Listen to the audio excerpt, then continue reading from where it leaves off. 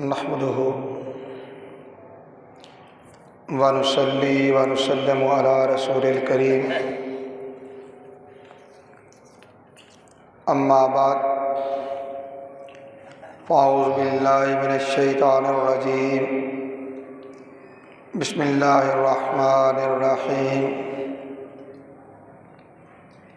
انما یفتر الکذب الذین لا یؤمنون بآیات اللہ صدق اللہ مولانا العظیم ان اللہ وملائکتہ یصلون علی النبی یا ایھا الذین آمنوا صلوا علیہ وسلموا تسلیما۔ درود پاک بآواز بلند پڑھیے الصلاۃ والسلام علیک یا سیدی یا رسول اللہ وعلی آلک واصحابک یا سیدی یا حبیب اللہ الصلاۃ والسلام علیک یا سیدی یا ختم المرسلین وعلی آلک واصحابک یا سیدی یا رحمۃ للعالمین۔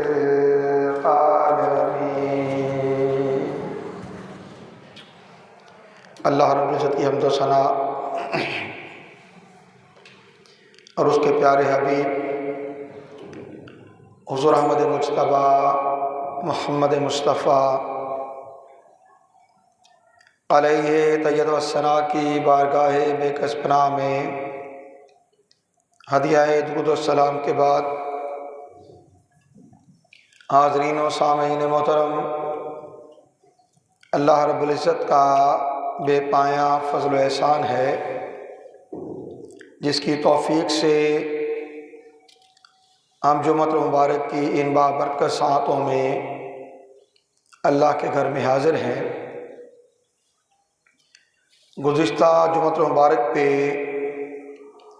زبان کی حفاظت کے حوالے سے چند معروضات عرض کی تھیں۔ آج کی اس نشست میں زبان کی آفات میں سے ایک بہت بڑی آفت جھوٹ بولنا، اس پر بات کریں گے، اور اسی چیز کے پیش نظر سورہ نحل کی آیت 105 کا کچھ حصہ تلاوت کرنے کا شرف حاصل کیا، جس میں اللہ رب العزت نے ارشاد فرمایا انما یفتر الکذب الذین لا یؤمنون بآیات اللہ، جھوٹ تو صرف وہ لوگ بولتے ہیں جو اللہ سبحانہ کی آیات پر ایمان نہیں رکھتے۔ جھوٹ تو صرف وہ لوگ بولتے ہیں جو اللہ تعالیٰ کی آیات پر ایمان نہیں رکھتے۔ جو لوگ اللہ کی آیات پر ایمان رکھتے ہیں وہ جھوٹ نہیں بولتے۔ اللہ اکبر، یا رسول اللہ، یا نبی، یا نبی، رسول کے غلام، زندہ باد۔ تو جھوٹ صرف وہ لوگ بولتے ہیں جو اللہ تعالیٰ کی آیات پر ایمان نہیں رکھتے۔ جو اللہ کی آیات پر ایمان رکھتے ہیں وہ جھوٹ نہیں بولتے۔ اور بحمد اللہ تعالی ہم رسول کونین صلی اللہ علیہ وسلم کے امتی، نبی آخر الزمان صلی اللہ علیہ وسلم کا کلمہ پڑھنے والے، اللہ تعالیٰ کی آیات پر کاملاً ایمان رکھنے والے ہیں۔ کاملاً ایمان رکھنے والے ہیں۔ سو جاننا چاہیے کہ اللہ تعالیٰ کی آیات پر ایمان رکھنے کا تقاضا یہ ہے کہ ہم جھوٹ سے کنارہ کر لیں، جھوٹ سے کنارہ کر لیں۔ جھوٹ سے کنارہ کر لیا تو اللہ تعالیٰ کی آیات پر ایمان رکھنا بھی متحقق ہو گیا، اللہ کے حضور قبول ہو گیا۔ اور اگر جھوٹ سے کنارہ نہیں کرتے تو اس کا مطلب ہے کہ اللہ کی آیات پر ایمان بھی کامل نہیں ہے۔ رسول کونین صلی اللہ علیہ وآلہ وسلم دعا کیا کرتے تھے، اور آپ کی دعاؤں میں یہ دعا بھی منقول ہے جسے تاریخ بغداد میں نقل کیا گیا ہے۔ حضرت ابو سعید خدری رضی اللہ تعالیٰ عنہ وہ فرماتے ہیں کہ میں نے سنا رسول کونین صلی اللہ علیہ وسلم یہ دعا مانگ رہے تھے،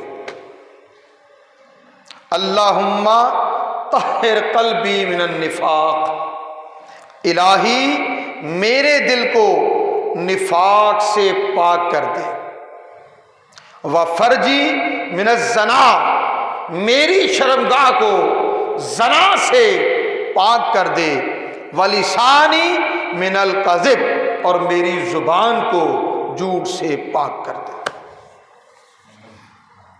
اور میری زبان کو جھوٹ سے پاک کر دے۔ جاننا چاہیے کہ جب جھوٹ اتنی بڑی لعنت ہے، اتنی بڑی لعنت ہے، تو ہمیں اس سے کیوں چھٹکارا نہیں پا لینا چاہیے؟ حضرت سیدنا ابوبکر صدیق رضی اللہ تعالیٰ عنہ آپ روایت فرماتے ہیں، اور پھر آپ نے رسول کونین صلی اللہ علیہ وسلم کے وصال مبارک کے بعد خطبہ دیتے ہوئے فرمایا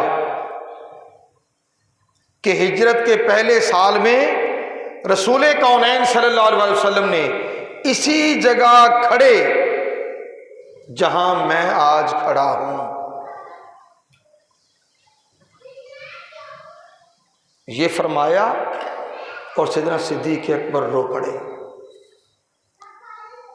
سیدنا صدیق اکبر رو پڑے کہ اسی جگہ رسول کریم صلی اللہ علیہ وسلم نے کھڑے ہو کر جس جگہ میں آج کھڑا ہوں یہ کہا، اور رو پڑے، اور یہ حدیث بیان کی کہ رسول کونین صلی اللہ علیہ وسلم نے ارشاد فرمایا، ایاکم والکذب فإنہ مع الفجور وہما فی النار وعلیکم بالصدق فإنہ مع البر وہما فی الجنہ۔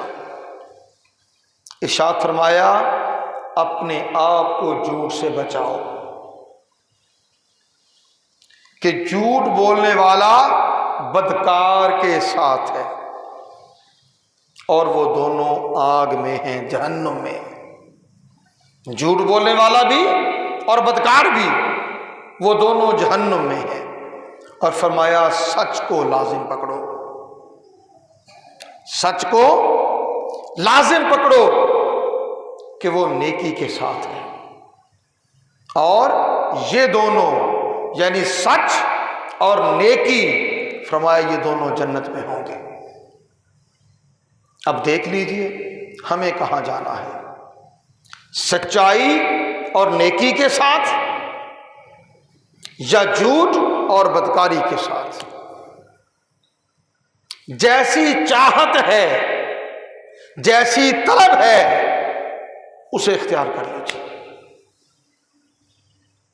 اور میرا نہیں خیال کہ ہم میں سے کوئی بھی جہنم کا طلبگار،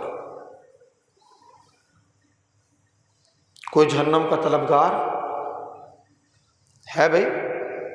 نہیں، سب جنت کے طالب ہیں۔ جب جنت کے طالب ہیں تو سچ کو لازم پکڑے، سچائی پر استقامت اختیار کرے، سچائی پر کھڑے ہو جائیں۔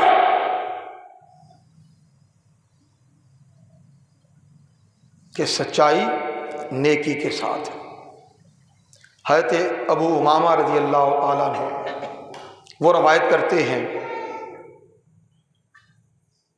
کہ رسول کونین صلی اللہ علیہ وآلہ وسلم نے ارشاد فرمایا، ان الکذب باب من باب النفاق، کہ بے شک جھوٹ نفاق کے دروازوں میں سے ایک دروازہ ہے، نفاق کے دروازوں میں سے ایک دروازہ۔ اور پھر رسول کونین صلی اللہ علیہ وآلہ وسلم نے ارشاد فرمایا،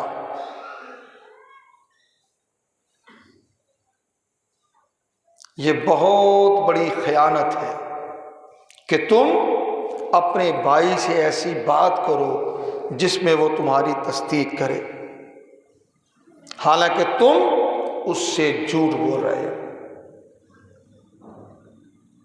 آپ کوئی بات کہتے ہیں، آپ کا بھائی یہ کہے یہ سچ کہہ رہا ہے، آپ کا بھائی یہ کہے یہ سچ کہہ رہا ہے، اس نے تو بھائی ہونے کے ناطے تصدیق کر دی، لیکن آپ جھوٹے ہیں، آپ جھوٹ بول رہے ہیں، بتائیں کہاں کھڑا ہوں گے، بتائیں انجام کیا ہوگا۔ اور حضرت عبداللہ ابن مسعود رضی اللہ تعالیٰ عنہ فرماتے ہیں، رسول کریم صلی اللہ علیہ وآلہ وسلم نے ارشاد فرمایا، لا یزال العبد یکذب ویتحری الکذب حتی یکتب عند اللہ کذابا، بندہ مسلسل جھوٹ بولتا رہتا ہے، مسلسل جھوٹ بولتا رہتا ہے اور اسی کے لیے کوشش کرتا رہتا ہے، حتیٰ کہ اللہ تعالیٰ کے ہاں جھوٹا لکھ دیا جاتا ہے، اللہ کے ہاں جھوٹا لکھ دیا جاتا ہے۔ اب بتائیں، جو شخص اپنے جھوٹ کی بنا پر حق تعالیٰ کی بارگاہ میں جھوٹا لکھ دیا گیا، اسے سچ کی توفیق ہوگی؟ وہ سچ بول سکے گا؟ نہیں۔ سچ وہ بولے گا جسے سچ کی توفیق ہے اور وہ سچ پر ثابت قدم رہتا ہے۔ معروف محاورہ ہے، سانچ کو آنچ نہیں۔ جو سچ بولنے والا ہے اسے کسی چیز کا کوئی خوف نہیں ہے، اس کا کوئی نقصان نہیں ہے، کوئی نقصان اس کا نہیں ہے۔ رسول کریم صلی اللہ علیہ وآلہ وسلم کا دو آدمیوں کے پاس سے گزر ہوا، وہ ایک بکری کا سودا کر رہے تھے، ایک بکری کا سودا کر رہے تھے۔ ایک نے دوسرے کو قسمیں دے رہے تھے، ایک دوسرے کو قسمیں دے رہے تھے۔ ایک کہہ رہا تھا، اللہ سبحانہ و تعالیٰ کی قسم میں اتنی رقم سے کم نہیں لوں گا، اور دوسرا کہہ رہا تھا، اللہ سبحانہ کی قسم میں اتنی رقم سے زیادہ نہیں دوں گا۔ سودا ہو گیا، سودا ہو گیا۔ بکری خریدنے والے نے بکری خرید لی اور چل دیا۔ رسول کونین صلی اللہ علیہ وآلہ وسلم نے ارشاد فرمایا، اوجب احدہما بالاثم والکفارہ، ان میں سے ایک پر گناہ اور کفارہ دونوں لازم ہو گئے۔ کفارہ کس چیز کا؟ جھوٹی قسم کھائی تھی، جھوٹی قسم کھائی تھی۔ گناہ کس چیز کا؟ جھوٹ بولا تھا۔ اگر دونوں اپنی قسم پر قائم رہتے کہ میں اس سے کم میں نہیں لوں گا، دوسرا کہ میں اس سے زائد میں نہیں لوں گا، تو سودا تو نہ ہوتا، مگر سودا ہو گیا، خریدار بکری لے کے چل پڑا۔ اب یا تو بکری بیچنے والے نے کم کیا یا خریدنے والے نے زیادہ میں خریدی، یہی ہے نا؟ تو اللہ کے نبی نے کیا فرمایا؟ ان دونوں میں سے ایک پر گناہ بھی لازم ہو گیا اور کفارہ بھی لازم ہو گیا۔ رسول کونین صلی اللہ علیہ وآلہ وسلم نے ارشاد فرمایا، بڑی اہم چیز بالخصوص جو تجارت کرنے والے، کاروبار کرنے والے، وہ پہلی حدیث بھی میں نے عرض کر دی، دوسری حدیث ارشاد فرمایا الکذب ینقص الرزق، جھوٹ رزق کو گھٹا دیتا ہے، جھوٹ رزق کو گھٹا دیتا ہے۔ اور آج ہم اپنے معاشرے کی طرف دیکھیں تو سوچیں ہمارا معاشرہ کہاں جا رہا ہے۔ تاجر کی نسبت ہی اللہ کے نبی صلی اللہ علیہ وسلم نے اور حدیث ارشاد فرمائی، فرمایا ان التجار هم الفجار، بے شک تاجر ہی فاجر ہیں، اور ان کے فجور کی وجہ ان کا جھوٹ بول کر سودا بیچنا، جھوٹ بول کر، جھوٹی قسمیں اٹھا کر اپنا مال فروخت کرنا۔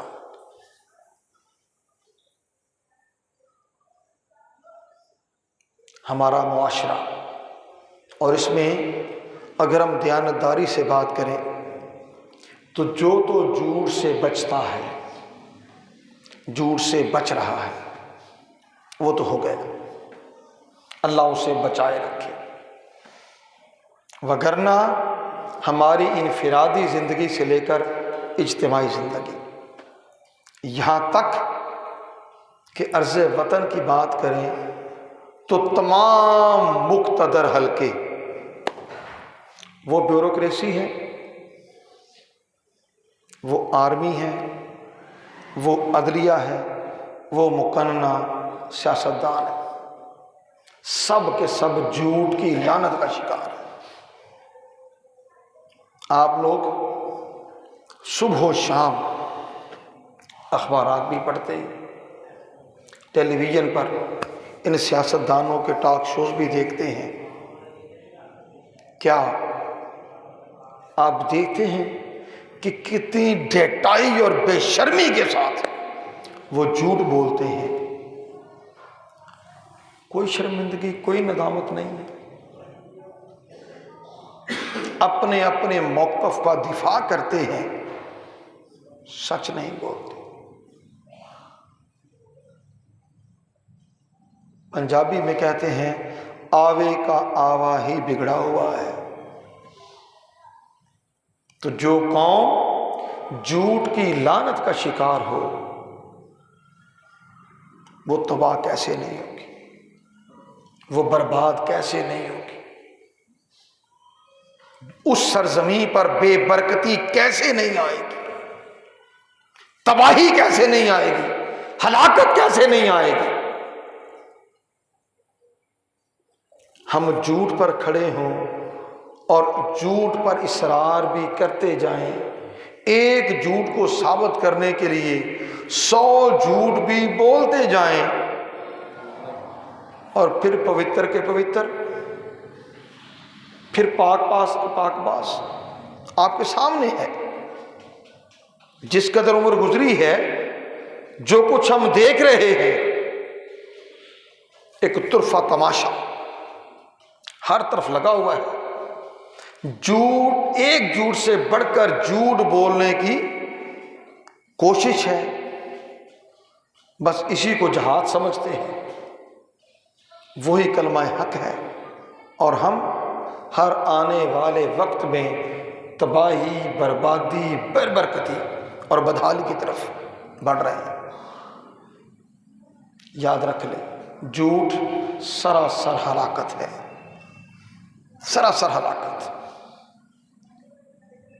اور جو جھوٹ بولنے والا ہے اس کا انجام کیا ہوگا؟ کا انجام کیا ہوگا۔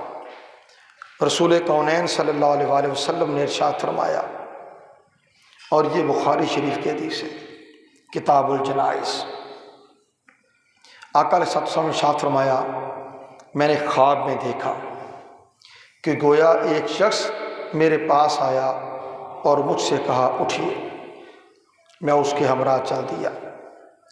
کچھ دور چلے تو دیکھا کہ دو آدمی ہیں، ان میں سے ایک بیٹھا ہوا ہے اور دوسرا کھڑا ہوا ہے۔ کھڑے آدمی کے ہاتھ میں ایک لوہے کا گرز ہے۔ گرز کہتے ہیں وہ جو پہلوانوں نے نہیں کندھے پہ رکھا ہوتا، آگے سے باریک پھر موٹا پھر آگے اس کا دستی ہوتی ہے اس کی، وہ گرز ہے۔ فرمایا جو کھڑا ہے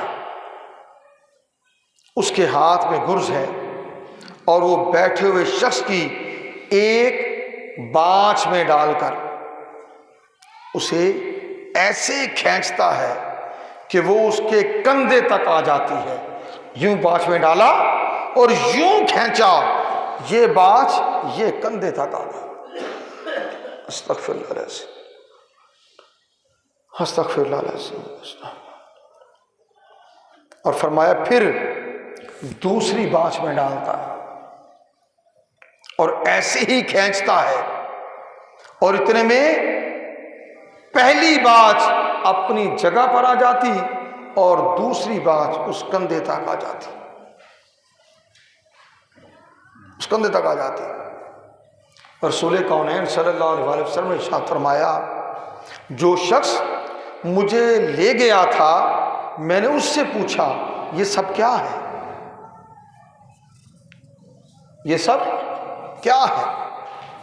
اس نے بتایا یہ جھوٹا شخص ہے، جھوٹ بولتا تھا، اسے قیامت تک قبر میں یہی عذاب ہوتا رہے گا، اسی عذاب میں وہ مبتلا رہے گا۔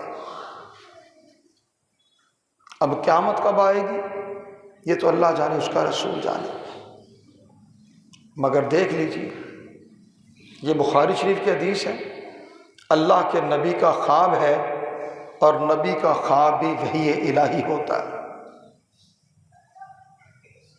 سوچ لیجیے کیا سچ کے ساتھ گزارا کرنا ہے یا جھوٹ کی لعنت کو گلے میں ڈالنا ہے؟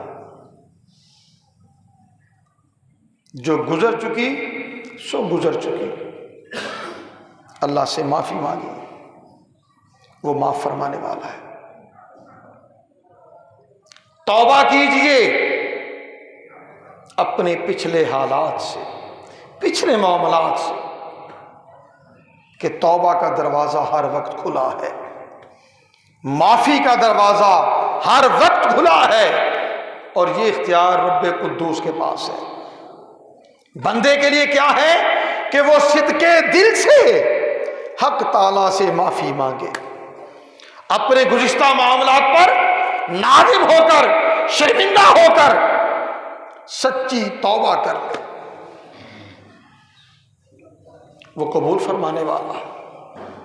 اور جس کی توبہ قبول ہو گئی، اللہ کے نبی صلی اللہ علیہ وسلم کی حدیث اس کی رہبر و رہنما بھی، اور یہ ضمانت اور گارنٹی دینے والی بھی کہ اب وہ ایسا ہے جیسے اس نے گناہ کیا ہی نہیں۔ ارشاد فرمایا التائب من الذنب کما لا ذنب لہ، گناہوں سے توبہ کرنے والا ایسے ہی ہے جیسے اس نے گناہ کیا ہی نہیں،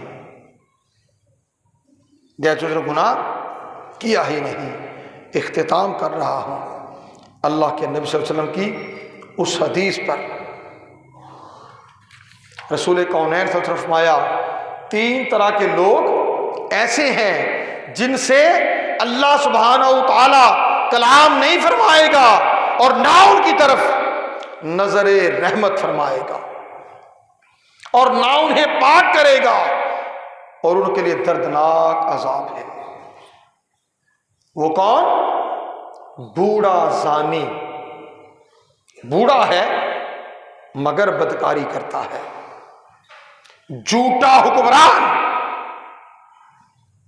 جھوٹا حکمران اور متکبر عیالدار، یہ تینوں وہ لوگ ہیں جن سے نہ حق تعالیٰ کلام فرمائے گا، نہ ان کی طرف نظر رحمت فرمائے گا، نہ انہیں پاک کرے گا۔